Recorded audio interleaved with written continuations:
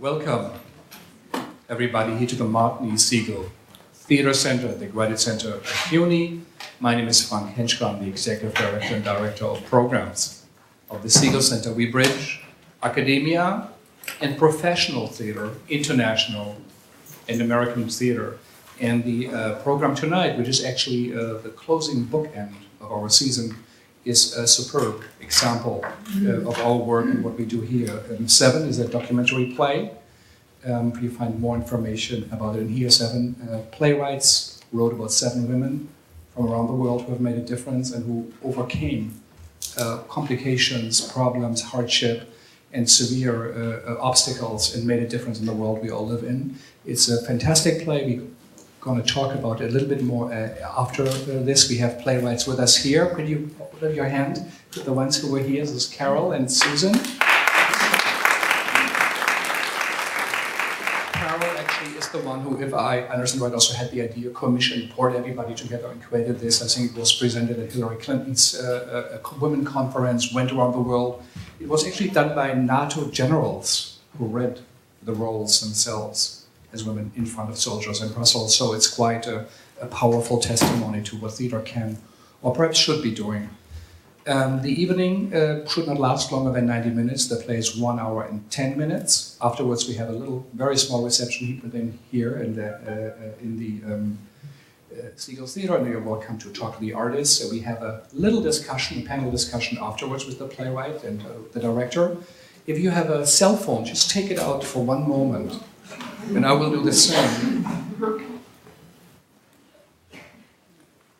make sure it is not on. It actually never rings in our platform. This is really true, and this is very important. So again, thank you very much, and the actor space to come. Thank you.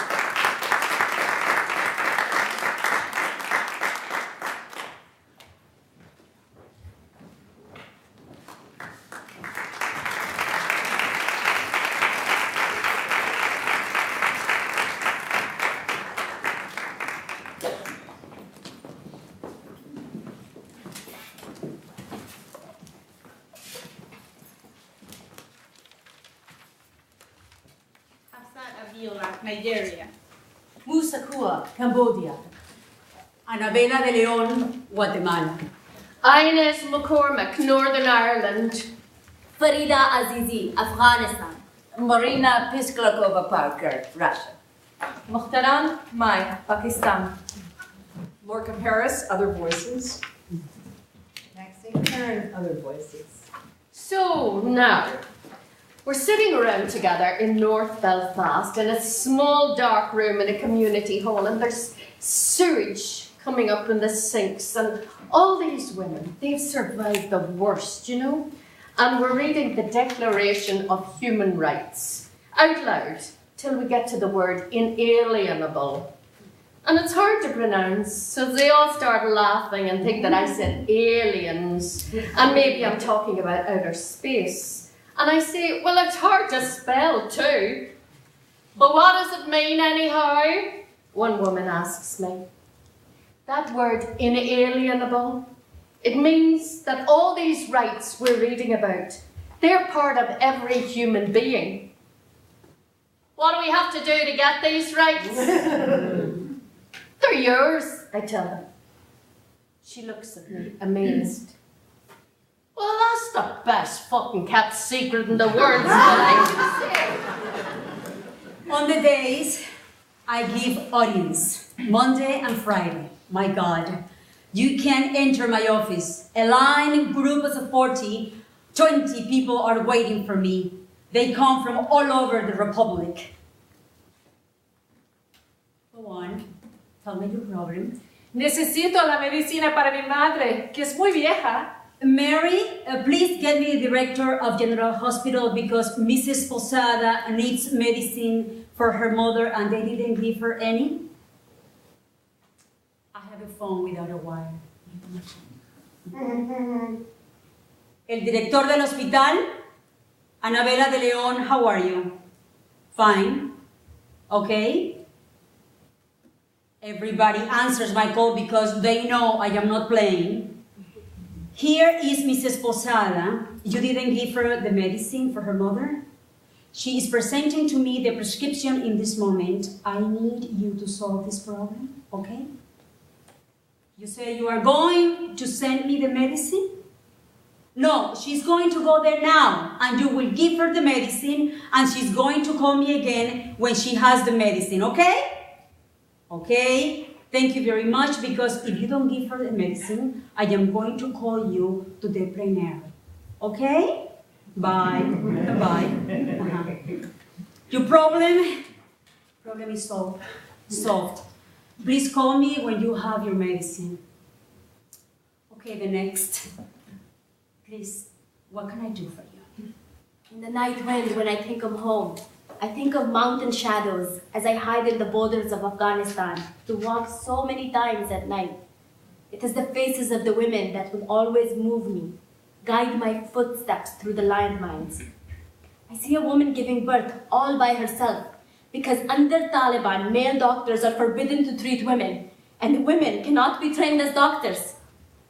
I see her face as she dies in front of my eyes, and I cannot stay calm. What can I do?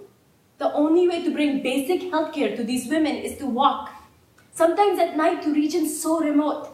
So I smuggle myself and my 2 small children under my burqa to try to bring healthcare. The burqa can be a good thing to disguise myself. When I feel the mujahideen watching me across the mountains, I find they are not all against women. Sometimes they tell us where the landmines are, or not to go a certain way, there might be thieves. A crisis center for women, how may I help you? I heard you on the radio. You did? I heard you on the radio. You were telling my story. Yes. My husband is beating me. He has beaten me for 26 years. Where are you? I am in bed with a broken back from him beating me. Tell me your address. I heard your voice. You sounded like someone I could trust. Tell me how to get to you so I can help. Girl, my husband is very powerful. He is in one of the government agencies. I will come and bring the police. You know, girl, you don't understand. If you call someone, he will find out. Tell me. Before you can get to me, I will be dead. She calls for about a month. Then she stops calling. She is one of the ones I could not save. Kamok are malicious spirits, and the prolong is the soul. All these years I did not know that in our culture, in Cambodia, we are supposed to have 19 souls. Every part of our body has a soul. Hair, feet. When you are raped, you lose your prolong. Someone takes it away. I've been working with trafficked women since I became Minister of Women's Affairs in 1998. Until that time, only men held that position. The first thing I did was challenge an old Cambodian proverb. A man is gold, a woman is a white piece of cloth. Think of it. If you drop a piece of gold in the mud, you can clean it, and it will be shinier than before. But if a piece of cloth is stained, it is ruined. If you've lost your virginity, you cannot be a white piece of cloth. Each year, more than 30,000 Cambodian children are forced into prostitution. Girls as young as 11 are tricked, promised jobs to help their poor families, then taken away to become sex workers. I'm working now with one of them, a girl called Moni. How did I come to speak out? Well, I was living in the US, and you know how American society is. I mean, nice people, but often they don't know a lot about any other place. Even other parts of America or Canada, the nearest neighbor. So what is the chance that they are going to know about Nigeria and care? It was 1995, and I was at Harvard in my second year. I just finished class. When I see students petitioning, and I know it will be something really ridiculous, like the right of students to walk barefoot on campus on Sundays. And I'm trying to avoid them, but they are very persistent and stop me, and only because I'm black. Then they say to me, we have a petition. The elected president of Nigeria is in jail. and we are getting signature. And I say to them, don't you know you are getting signature of my father? And of course they don't know, but they get excited and say, could I speak to the group on campus about the situation in Nigeria? I thought I'd been speaking to a vacuum that nobody would hear, but they care and they listen, and that is how I began to find my voice. My father took me away from school at 16 and put me to work as a clerk in his one-man printing business. It was very constricting. I wanted to go to university and I knew my family wouldn't let me. So I left home. I got a bedsit and applied for a lowly civil servant position. At the interview, I am asked, What do you think of homosexuals? what? What would you do if your brother married a black woman? Offensive questions that are not the real question, which is, what do you think about Catholics? I am from a unionist Protestant background. I wouldn't have known a Catholic until I was 18. I remember a conversation in the office about a Catholic who'd gone for promotion and how you couldn't have that because Catholics couldn't be trusted. And that's when I realised the conversation could only take place because there aren't any Catholics in the office. Northern Ireland was a profoundly unjust place to live. It's a very cold house for the poor. In the north, if you challenge injustice and you're not on the side of the status quo, you have to be on the other side. It's a very rigid power system. I remember a relative of mine saying, Inez, you've no right to treat us like this. and you've no right to live in a way that upsets others. Here is a charge I made up in 1954. I was born, you see here. I call it darkness. That is followed by sorrow, my childhood. Then basic knowledge, when I learned everything. And here I call it enthusiasm. And here, courage. And no playing. That is my school days. I won excellent grades, which helped me to win a scholarship to study law. Discrimination is that period of my going to law school. My scholarship was to private university. When I go there, my classmates discriminate against me because they have money and I am poor people. They said to me, you must go to public university. You are not our circle. I tell them, just because you say to me that I must not go here, no, forget it. Bye-bye. I don't know what it is to be silent. I must all the time defend my rights. You do not have the same as I have between my ears. I tell them, if you discriminate against me for being poor or being a woman, I am going to discriminate against you for being stupid. We go through the calling of the soul ceremony now for Moni. She has just been rescued from a brothel. I hold a ladle to call her souls into a small fishing basket. You have to call 19 times. Oh, precious Pralung, what you see today to be the riverbank is actually total darkness. You must be aware of all the trees which harbor evil spirits in disguise. We wrap her wrist with 19 cotton strings for each of her souls. I am tying strings around your wrist and around mine to unite you with your relatives, old and young, grandmothers and grandfathers. May each string bring back your soul, and may your mind and body be whole. The entire time, she says almost nothing. She's only a kid, a beautiful child, a smile and everything. But she is lost. You can see it. Just by looking at her, you know that she is soulless. It is a form of emptiness, depression. When you ask about that moment, that painful moment when she was penetrated, forced, she just keeps saying, I lost my soul. He took away my soul. I am finishing my call, O 19 souls. Come back all together now. Oh yes, I think it matters. The nature of your soul. I think of my soul as light-filled.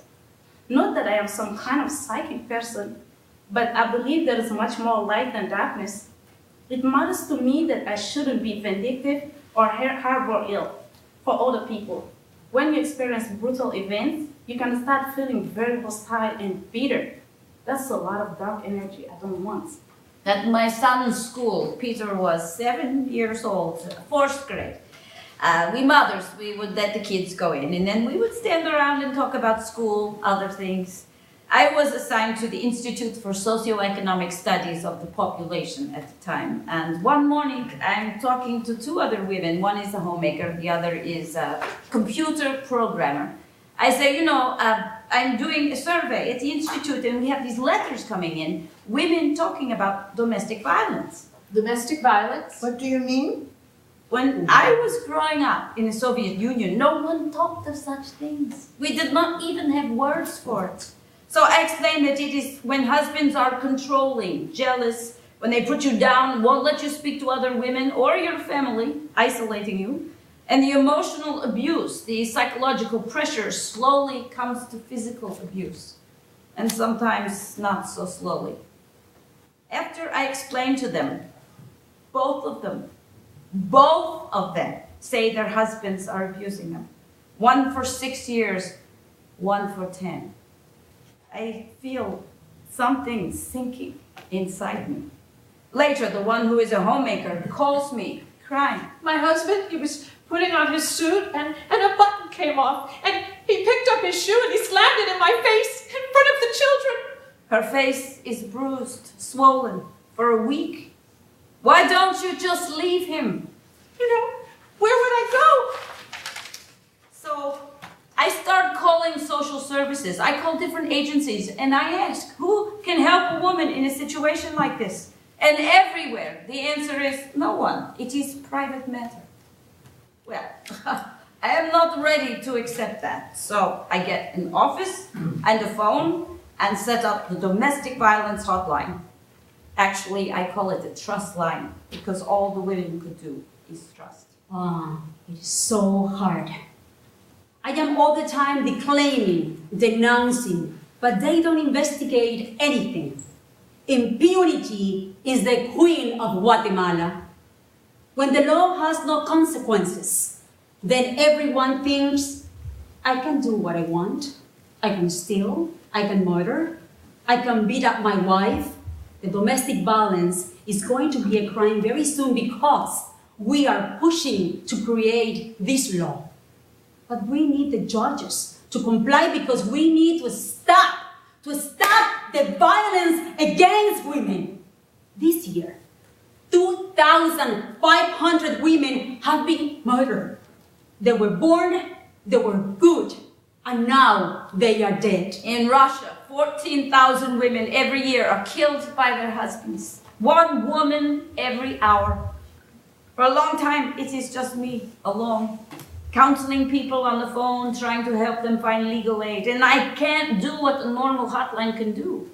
I am the only person doing this in all of Russia. If there is no clinic, no hospital, no transportation, there is nothing. So we need to train the women on the vaccination, sanitation, nutrition. We make a basic midwife toolkit with nail cutters, soap to clean their hands, gloves, a plastic sheet for giving birth, the scissors to cut the umbilical cord, things for measuring the fever. Even we coordinate with Taliban. I always tell them openly what is the project, how it benefits the women, what is the budget, impact. And the Taliban say, well, okay, we will let you have your project if you will teach women the Quranic verses about the prayers. And we want to see your material to be sure there is nothing against Islam. We don't want Western ideas to be enforced. So we say this is fine. So they accept us. We place materials inside the midwife toolkits. How to pray, how to clean the houses, how they can respect their elders, how to make their husbands happy, how they can prepare the food, The women have to know these things. The calling of the soul ceremony. I do it because, it's part of my culture. But do I really believe it? I don't think so. I love my culture, my tradition. But it tells you that if you've lost your soul, you deserve it. If you have been tortured, raped, or battered, it's your karma. So, if you believe in this, you may as well say, that's it. That's the end of my life. The most painful part for me is when the children say, give me the soul back. I translate that into the fight for justice. I say, help Moni win the case against her trafficker. That will be justice. And she does win. The trafficker and brothel owner are found guilty and go to jail. But the man who first raped her has never been found. So in that sense, Moni's soul can never return to her. These victims will be whole again only when they feel free from being raped again, sold again, that the man won't come back and harm them. But if the man lives next door, we gave Moni everything. She came and lived with us, but she couldn't. She ran away, cut herself totally off from her family. Now she's somewhere in some other brothel. And these women who call, they hope. It's often very difficult to apprehend how someone who said, I love you, can turn around and use control and violence against you. These women hope they can change him, hope they can make him understand, hope that one day he will wake up and realize how dangerous what he is doing is. In my society, the name they give you at birth shows you how much they value you.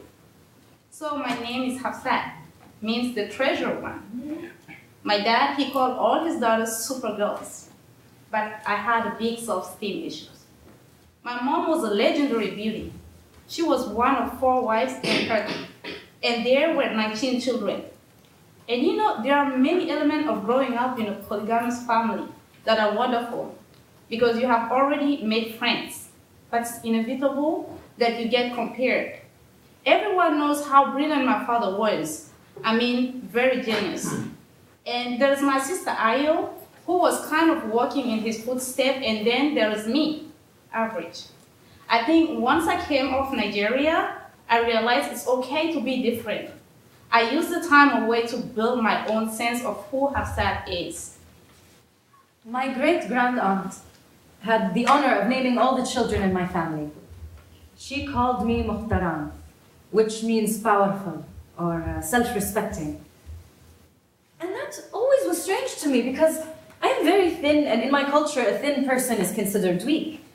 My village in Mirwala, in the southern tribe of Pakistan, one of the poorest areas in the Punjab.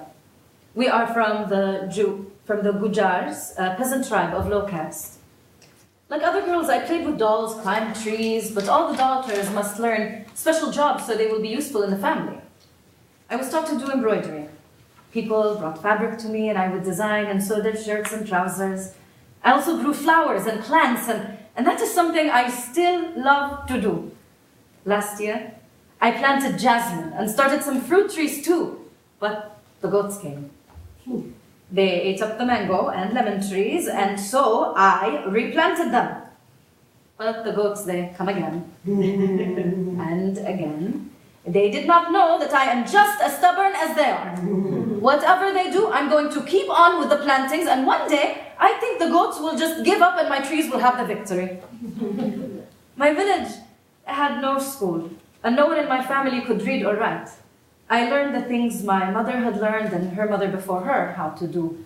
Housework, fetch water from the pump, make chapatis, hang clothing to dry on palm trees.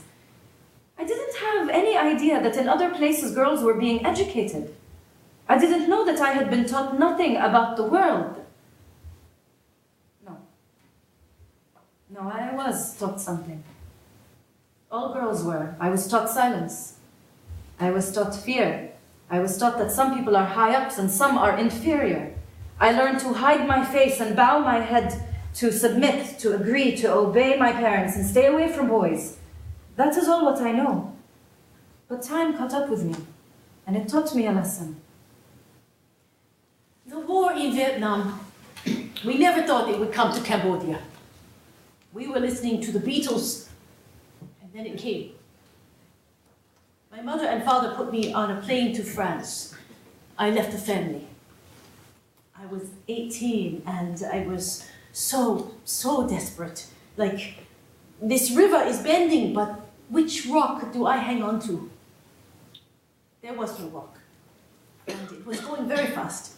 I never went back to say goodbye.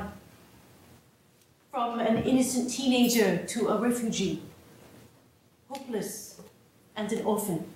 If you start from 1980 in Afghanistan, where I was born, I was there until the age of 9. We had everything. Because my father was a doctor, we were in danger. He tried to help too many women and children crowding into our house under Russian rocket fire until the day came when there was a hole into our living room. We had to flee Kabul and flee the Russians, and then to flee the Taliban in 1993. We panicked by the thousands that time, pushing to escape. No transportation. All the roads were closed or blown up.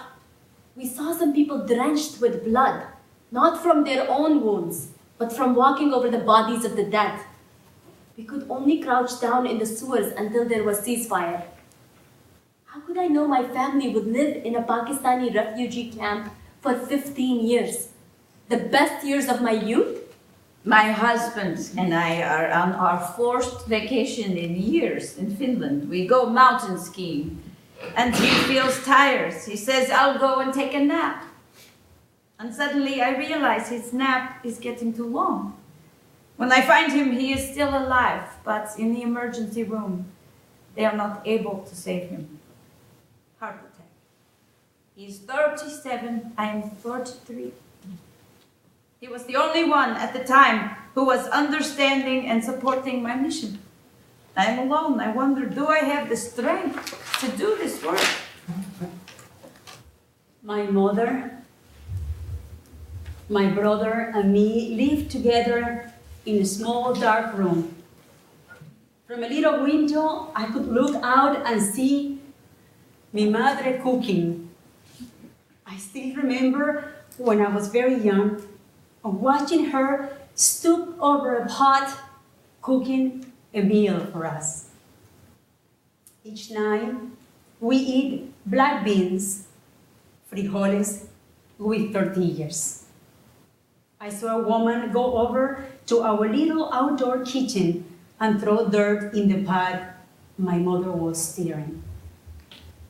Our family's food for the day was damaged. Our only meal, and my mother began to sob. I was young, but I knew I wanted to get out of that world, a world where the women, being so angry and hopeless, they throw dirt in your food. Or like my mother, all the time in the silence, praying and crying. It is this beginning of my life that is responsible for the way of being. The city of Derry is up on a hill surrounded by walls with cannons overlooking the town square. And at the bottom of the hill was a collection of streets known as the Bogside. Long ago, it would have been for very poor people, Catholics coming in from rural areas, or the poorest of the poor. Families lived in one room with the damp coming down the walls. I remember being told, looking down at the Bogside from the hill of McGee. You don't go down there. And now, I am married to a Catholic from down there. It was the summer of '68 when I met him. I went to London. I walk into this bar, and there's this guy with a Derry accent selling drinks. I buy a drink, and I'm still married to him. He was much more politically aware, listening to him talk about the North. I began to glimpse this other, darker world. We hitched to Portugal.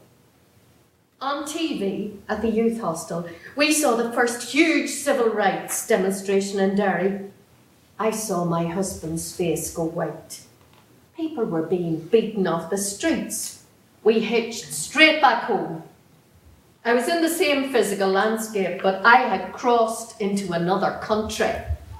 Some men of the Mastoui tribe came to our home and say that my 12-year-old brother Shakur had committed zina with a girl from the clan and will go to jail.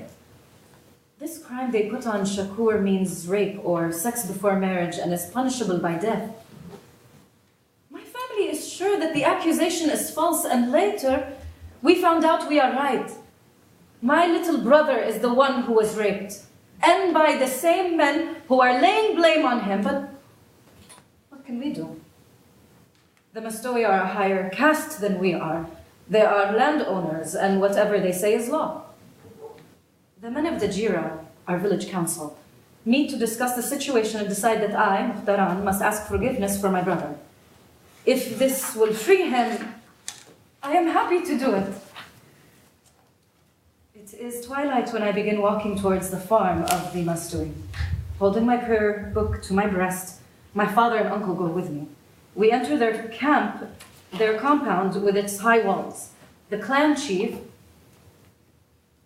Faiz Muhammad, and 4 other men are standing there with rifles, and behind them are many, many more men of their tribe. So I lay down my shawl as a sign of submission. Praise be to Allah, Lord of the universe, the compassionate King of the day of reckoning. Thee only do we worship, and of thee only do we ask help. Guide us into the right path. Ameen.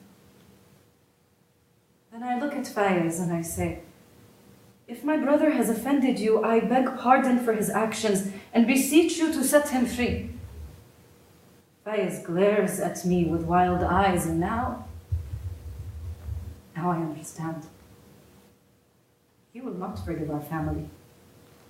He wants only to humiliate someone, and it will always be a woman. Never did I imagine what happened next. Well, I'd gotten a message early that morning that something had happened in Nigeria, and I thought it had to do with my dad. My older brother was in DC, so, well, we all congregated at his home, waiting for word. Then I get a call from my sister Ayo. Have you heard anything? No. Your mother was in an accident. That was my mother, her stepmother. I wasn't worried because I knew my mom was very strong. I was waiting for word about the extent of injuries, what they want us to do, and Ayo called me again later. Have you heard anything? No. Hafsat, your mom is dead. 4 men pull me by my hair and arms and drag me into a windowless room. I am thrown into the dirt floor, a stable. The only animals there, the only brutes are those men. I scream for them to release me. But one man shows me his gun and the others hold me down. For more than 1 hour, I was raped by those 4 men of the Mastoui tribe. Men with shotguns forced my father and my uncle to wait outside. I can still see them standing next to the door, helplessly, while the men took turns, one after the other, after the other. Day and night. I tell you, night and day, every girl walks in terror of what happened to me. By the time we are 8, we know that a man can grab us whenever he pleases, take us someplace dark and push us down, break into our bodies, destroy our childhoods and our futures. Inside our home we are safe, but when you go out, the fear takes hold. Day and night. Night and day. It is like a vulture flying just above our heads while we walk or work or play. And when it happens, it is beyond any nightmare. My mother wasn't in an accident. She had just been assassinated. She was gunned down driving to a meeting with the Canadian ambassador because of her work on rolling our allies for the democratic movement. It was in 1996. My father was still in jail and my mom had become the voice of the movement. She was driving in the street when the car had been telling her was with the soldiers. They overtook, shoot her driver, and then shoot her in the head. Twice. Oh yeah, but I don't know that she knew what was happening because it happened so quickly. You know, she probably would have been thinking that the noise was a flat tire or something, and then they killed her. When they are finished with me, I am thrown outside. My clothes are torn and I am nearly naked. I lie on the ground alone with my shame. My uncle and father help me to my feet and walk home with me past hundreds of townspeople. No one says a word to me as I go by. They all lower their eyes or they stare at me with disgust. Now, I am unclean. I am dishonored. In the eyes of the tribal elders, my family, and the villagers. In that 1 hour on the stable floor, my life has been destroyed.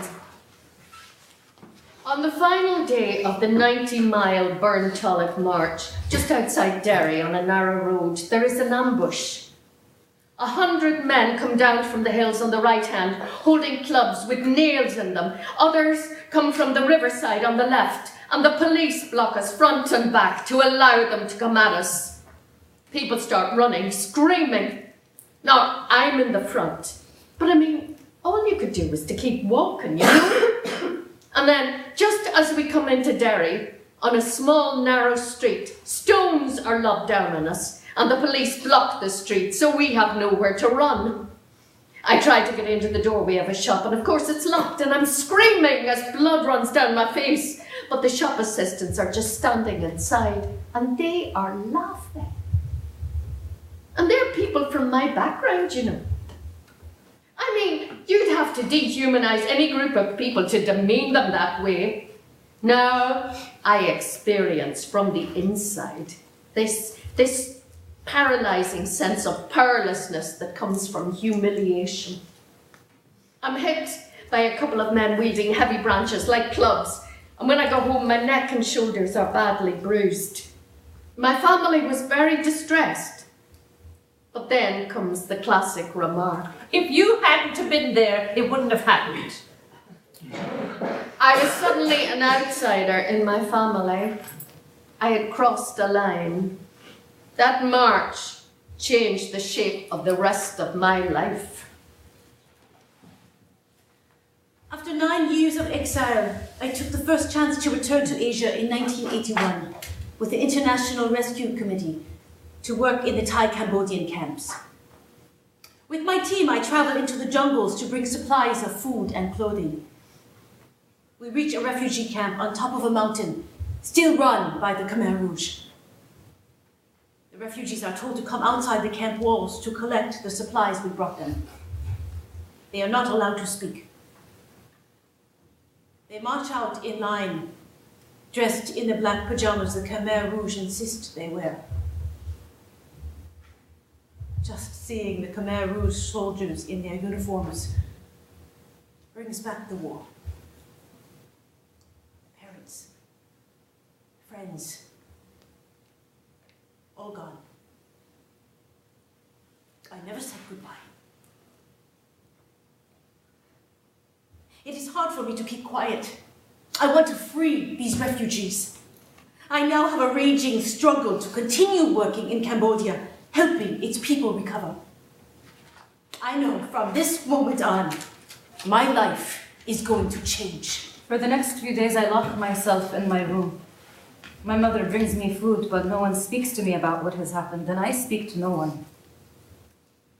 In my country, women do not talk about such degrading things with others. I knew about 3 other rapes that had taken place before mine. One woman complained to the police, but they dismissed her case. Another stayed home and never mentioned it again. And the 3rd woman killed herself. She swallowed a bottle of pesticides and died right then. Is that what I should do? I ask myself. In Pakistan, staying alive, it seems more cowardly and shameful than the rape itself. But in my heart, I do not don't believe that anyone in my family really wants me to die, especially my mother. I can see it in her eyes. I can feel it in her touch, that my pain is hers, that she suffers with me and wants me to go on living. But if I don't commit suicide, what will I do with my life?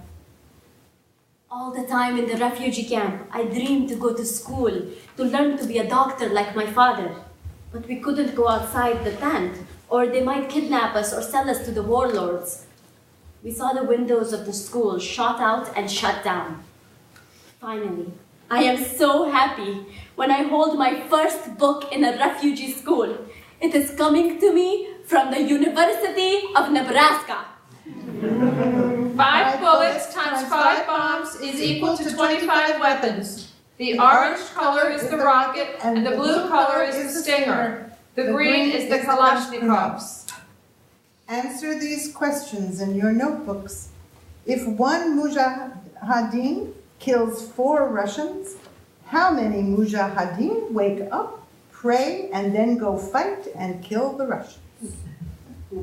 What do you think about the Russians? Draw an airplane bombing on your house. Here, you see, the house is burning, and the man is hurt, and the children are fearful from the fire. Many $million spent to bring the message of violence into refugee schools. There is not a lesson of what is a mother, what is a brother. My first school is the propaganda to become a warrior. We got over 600 million from the West to repair the country, but no matter how much you bring, you cannot restore the soul. The war is never over. It's like you put acid on a person. The scars will always be there. You can build roads, you can demine rice fields, but you cannot reconstruct the face. How can you put back together a family that has been destroyed? We need to start from scratch, the younger generation, and I say education, yes. You can build a building very easy, but it is better first to build the minds and then the building, so that the building should be safe in the minds. When I started my work and would speak to the police, they would say, "Oh, come on, women don't feel loved if they're not beaten." I was astonished. He beats you, therefore he loves you? It's a Russian saying that comes from 16th century, from Domostroy, household rules, written rules stating how a household should be run. The man is the master of the house, everybody else is his servant. A man should punish his wife to make her more obedient. Don't beat her on the face because you won't be able to show her in public. Don't beat her on the stomach if she's pregnant. It's better to use the whip rather than the stick because it will be more painful and she will learn the lesson better. After beating her, show her how much you love her so she will understand the lesson deeper and appreciate you more. He beats you, therefore he loves you. Since the 16th century, it has been an excuse. My father left our little room when I was only 3, but I always loved him with all my heart. He was very emotional, like me, a handsome man, brave and strong looking, but there was always trouble in his life, drinking and women. When I was 12 years old, my father came to our house. "I have a new woman," he tells my mother. "I am going to introduce you to her, but don't say that you are my wife, only that you are the mother of my 2 children." When he brings the woman to our home, my mother say, "I am only the mother of his children. We don't have any relations." I was very angry. "You both are going to be punished for this because you are not saying the truth." And to my loving mother, "You don't have dignity as a woman." One idea keeps pushing away the others. Maybe I can help the women of my country. Yes, that could be possible. So this is how I am thinking when I learned that my rape is not just an evil plot of the Mastouis, but was ordered by the tribal elders, the very men who are supposed to deliver justice and protect all the women as if we were their daughters. Before my rape, girls were kidnapped off the street, or a man would force sex on a woman. But this time, the entire council had decided I should be gang raped. They call it an honor revenge. Nowhere does the Quran say that Islam supports violence against women. This is why the Imam tells the congregation in his Friday sermon, the village council has sinned greatly in ordering the violation of Islamic law. The criminals responsible for the rape must be brought to justice.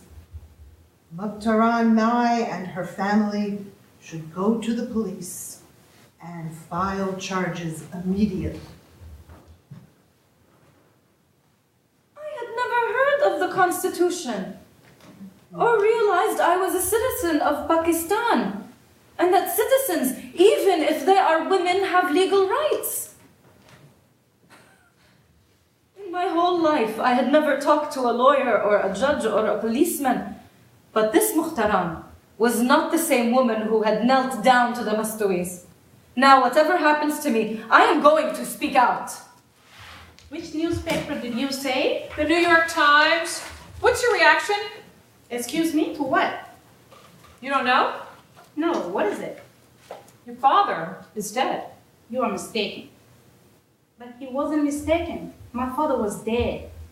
He had been in solitary confinement for 4 years since the election. He was supposed to be released within days. He died in a meeting with U.S. State Department and Nigeria government official. Probably poisoned. His presidential campaign had been called Hope 1993, Farewell to Poverty. Our country was then one of the poorest in the world because of the corruption of leaders. For the first time in Nigeria's story, people had voted for the men, for the promise, but the military government didn't want to leave. They offered money, access to oil fields, but they couldn't find a price that my father would accept. He wouldn't betray his democratic mandate for the Nigerian people.